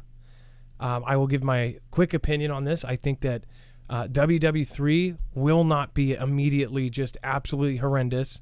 I think that that's many steps out, but I do believe we are heading into WW3. It doesn't have to be the end of the world. It doesn't mean we have to nuke the crap out of each other until there's nothing left. I think that they want to use the military-industrial complex. I think they want to restructure power, and by they, I mean the multiple countries that are, really working together, the people at the top that are, really deciding things. And I think that for us as civilians, we are going to be shifted around like cattle. So pay attention, people. This is what we've been talking about for years, and it seems to me like it's here. So make sure to go over to our website, marfooglenews.com, to get the rest of the news there. I'd highly recommend, if you haven't already, make sure to go over and check out marfooglenews.com/prep. Highly recommend that everybody has extra food and water. At the very least, water. And that the water is something that you don't need to go on a website. The water is not something that you need to go buy in most cases if you can figure out a way. Or if you have even... I know people that already have their Brita filter, and they are just filtering waters nonstop and storing it somewhere. There's proper ways to store water. Make sure to YouTube that kind of information before something happens. As I put on Twitter, it's like, you're not going to, if something did go bad, you would not have the internet to go to search, like, how do I do this? How do I fix a broken arm? How do I do all that? That's why survival books and things like this are important. You can get that here at marfooglenews.com/prep. You can get freeze-dried foods. Freeze-dried foods right now are in very low supply and in very high demand. Places like the Red Cross are calling up people like, Kitty Getting Prepper and saying, hey, we'll write you a blank check. We want all of your MREs. That's weird to me. But again, that's what's going on right now because nobody can get their hands on stuff. These guys have a great selection of freeze-dried foods. They essentially have kits. They have 3-day kits. They have 1-month kits. They have 3-month kits that will basically be as much food as you need for one person for whatever amount of time you choose. So 1 month for one person, or if you break it up into 2, that would be 2 weeks for 2 people. Or 4 weeks, or 1 week for 4 people. This is a great thing because it is fast. Essentially, when you order this, you're going to get it, and you're going to be able to store that away. It has a 25-plus year shelf life, and it is very, very tasty. The food that I tasted was 7 years old, and it tasted like something that honestly I could have bought as a boxed dinner in the grocery store that day.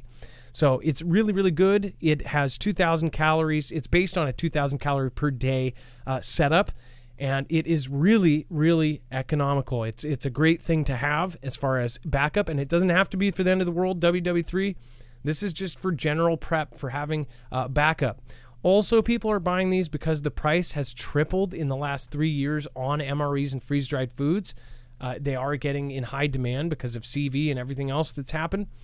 So if you do want to pay less, then I'd highly recommend, if it has a 25-year shelf life, you buy this now. In 3 years from now, we don't know what it's going to cost, but you'll still have 22 years left on the shelf life. This is something that's an investment that actually is quite a long-term investment, actually. You can't buy a DVD player that's going to last 20 years now. You can't buy a toaster that will last 5. So it's actually a better investment than many things right now. But again, marfooglenews.com/prep. You can line up your ducks, and you can get a discount. All right, Dex, go ahead. Hey, two points on that, Adam. That $250 deal that they were doing, taking off, that's the biggest deal they've ever done since 2019. They basically rolled it back to that price for the Foogle fam. So, and by the way, you're not just stuck buying one. If you needed not just a 3 month, let's say you wanted 6 month, you'll get the deal on 2. So that's a great way to save right now. And then the other thing, a lot of people talk about water filtration, and I know you talk all about the Alexapure from time to time on there, but for those of you that have never gone to the site, as Adam said, there's a lot of other stuff there. Alexipure's got the pitchers, they've got the straws, they've got everything you need for water filtration. So it's not just the big canisters. So for those of you that are unaware, man, check that out, because those straws and pitchers are also very handy too if you can't get one of the big gravity fed filters. Yeah, they have competing products to the Life straws that everybody knows, the Berkeys. This is like a Berkey system, only a fraction of the cost, and does the 99.9% of all the contaminants. So make sure to go check it out. It's actually faster too. Yes, it's a gravity fed system that works extremely well and can do a whole lot of water at a lot of times. So that is a very good solution. It helps support our independent channel, and in almost every case, we try to negotiate a really great deal for you guys. So then you're not paying extra, you're paying less, and you're supporting our channel and helping us grow and expand. We want to bring more people on. We want to help employ more people. If you guys want to see that at some point, please consider going through us. And again, this is stuff that if you are already going to get, don't just get it for no reason. Get it because you want it or need it. All right, and then Dex, let's go over the web only. We have a ton of crazy stuff here today. Yeah, we do. So head over to marfooglenews.com and click on the thumbnail for the show. Or if you're on YouTube, open that description and click on show notes. You will find everything we've talked about. You'll find the caller information. You'll find all the news we just covered, and you'll find the rest of the story, that overflow section where everything else is happening. Again, all of the coverage about some of the topics we just mentioned earlier, and believe me, there's a lot of different opinions. There's a lot of different things. We've tried to give a little bit of both sides and a lot of the hit pieces, so to speak, that are out there around that topic, because they are pointing fingers in two different directions. So you kind of have to read both sides, read between the lines, take what you want out of it. It's all there. Also, some statistics about what America thinks. Going to that notion of, do we think there's going to be some sort of civil type of a conflict? And so the stats are there. I think that's been reported a few different times over the years, the sentiment of people and what they think. So some updates on what they're calling zombie ice. So if you want to know what zombie ice is, go check out marfooglenews.com. A YouTuber dropped a $300,000 Mercedes-Benz truck through a roof. If you want to know about that, go to marfooglenews.com. Updates on Elon Musk and what's going on with Twitter. And also, unfortunately, the first person in the U.S. has perished from the monkey business. So that and so much more is over on our website, marfooglenews.com. If you're on YouTube, open that description and click on the show notes link. It'll take you right here. All right. Well, thank you, Dex, and thank you, everybody that stopped by. By the way, thank you for this month's supporters over on PayPal. Claire L., Dawn B., Tracy Q., Linda S., thank you so much. Peter S., Catherine D., Brenda L., Amanda B., Linda P., Dawn C., Karen W., Joanna H., and, of course, Dawn B. and Leah A. Thank you so much. Just thanks, Adam and Dex, for all you do and for your families and for the Foogle fan. Thanks also for the quick updates. I'll be here when you return. That was, of course, back when I left for a week, so thank you. And then Smackin' Art Studio, thank you. Genius by Birth. Have you ever covered the NASA PowerPoint from 2007 about future warfare? It's eerily relevant to our current socio-political climate. Genius by Birth. I believe we have. I almost want to search that on my own website to see if we covered that. I feel like we covered that 3 years ago. But if not, we will most definitely do that. If it's something that I didn't know about, then I'd love to see it. And thank you, Carrie McSee, Lisa, and everybody else. Thank you for everybody that did the super thanks. Super thanks is newer. That's basically a super chat that you can do on the replay. Again, I'm surprised that anybody found that button. It's basically by the like and share button, which everybody forgets that too. I actually appreciate the like and the share button more than anything. If you guys can just share, that is supporting us more than anything. Please share us out with a friend and family like that person said earlier. Who said that? By the way, I want to give them a special thank you for sharing it with their families, friends and family, and their coworkers at Walmart. Me Speaking 75, thank you for sharing our channel at work and bringing that to other people. Which, by the way, I have a few family members that just started at Walmart, and they say it's pretty. Actually, they say the best part of it is their coworkers. Thank you, Kimberly Moon. I appreciate your support. We need to rely on each other. Yes, stop pushing each other down. Push each other up. That's what we should be doing. Taz Ya, thank you for subscribing. Welcome to the Mafia and everybody else that just joined. So thank you so much. Over on DLive, everybody, thank you, thank you, thank you. Life is better on stilts. The end is near. Always one of my favorite screen names there. Thank you so much. And, of course, Matthew Kamaleski, Stiletto Czar. Let's see here. Stephen McMahon. So if you can, email me. I don't know what happened there. I didn't know exactly what that was referencing. Let's see here. And then Kimberly Moon, Pat W., Stiletto Czar, Machina Opus. Thank you, and thank you. Dex, thanks for your service today, and thank you for manning the phones. Appreciate you. Much love. Great job, brother. All right. It is now time for the shoutro. It's not an outro. It's not a shout-out. It's a shoutro.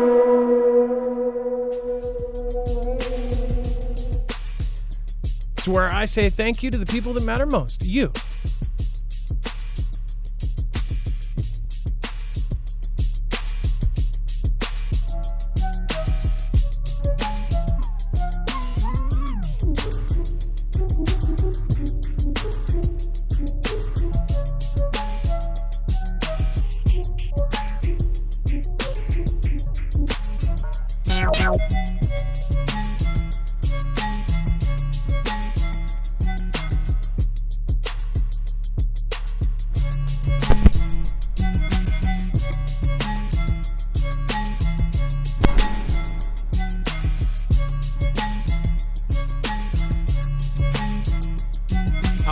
Kimberly Moon, Pat W., Me Speaking 75, and Stiletto 2.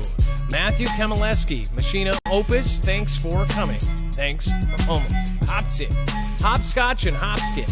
Walmart coworkers, thanks for joining. Mercury Project, we'll look it up. Fluffy, everybody, corrupt. Overcoming Bipolar with Jesus, thank you for the support. Little Bear, thank you for your support. Stephen McMahon, thank you for your support. Carol McLean. On the Vikings, better on the critter, Joseph on the Collins, Lola on the bitter, bring it on the die, leave it on the deader, everybody down, we read the vendetta, everybody deader, going down now, the deep down on the better, take now, hey, hey, hey.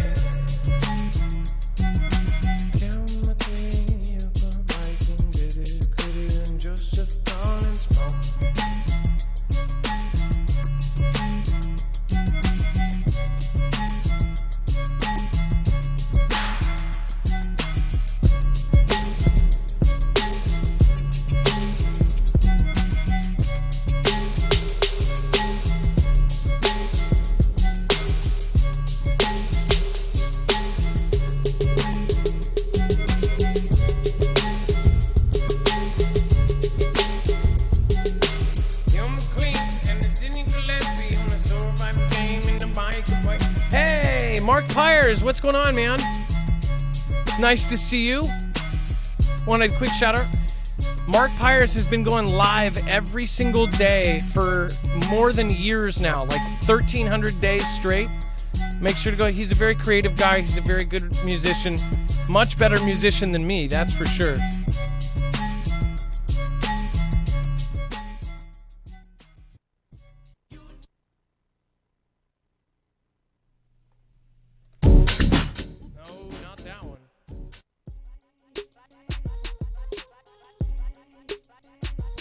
Let's do a new one.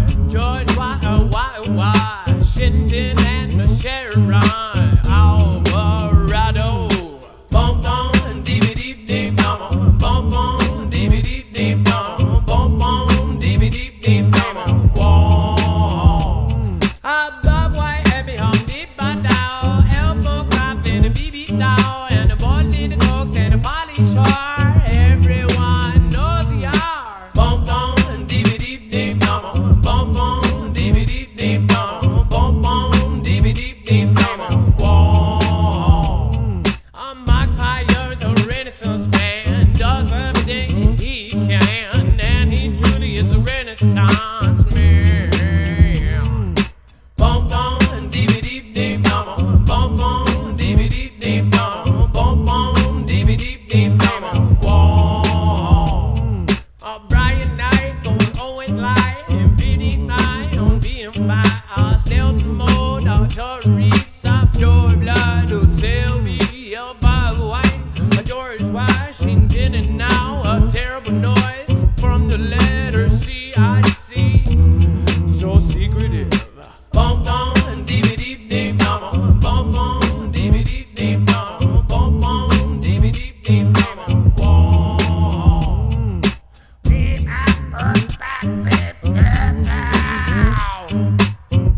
Now that's a terrible noise.